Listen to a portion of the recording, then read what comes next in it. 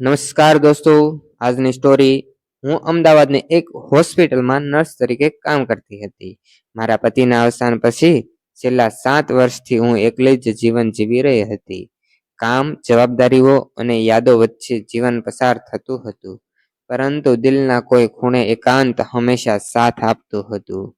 એક દિવસ હોસ્પિટલમાં નવા ડોક્ટર તરીકે ચિરાગ આવ્યા. શાંત સ્વભાવ, દર્દીઓ પ્રત્યેની કાળજી અને હંમેશા ચહેરા પર રહેતું સ્મિત તેમને સૌથી અલગ બનાવતું હતું. શરૂઆતમાં અમારી વચ્ચે માત્ર કામની વાતો થતી, પરંતુ ધીમે ધીમે વાતચીતનો સમય વધવા લાગ્યો. ચિરાગ ઘણીવાર અમારી ઉદાસી સમજી જતો.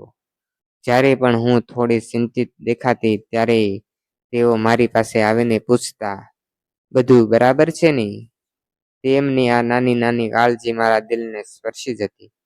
હોસ્પિટલની લાંબી ડ્યુટી પછી અમે ક્યારેક હોસ્પિટલની કેન્ટીનમાં સાથે ચા પીતા.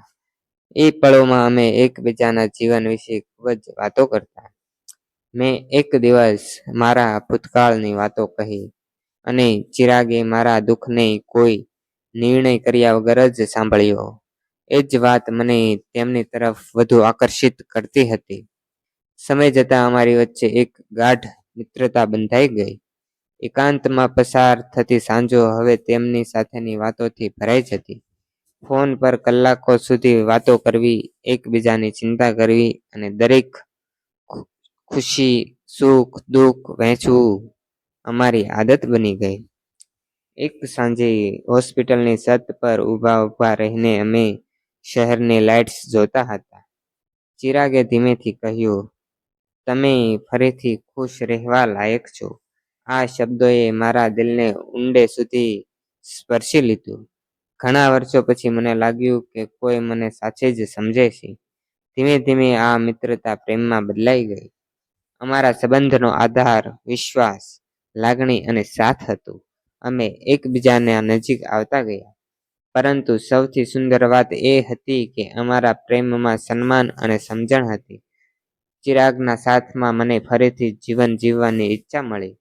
વર્ષોનું એકાંત ધીમે ધીમે ઓગળવા લાગ્યું અને મારા જીવનમાં ફરીથી પ્રેમના રંગો પરત આવ્યા.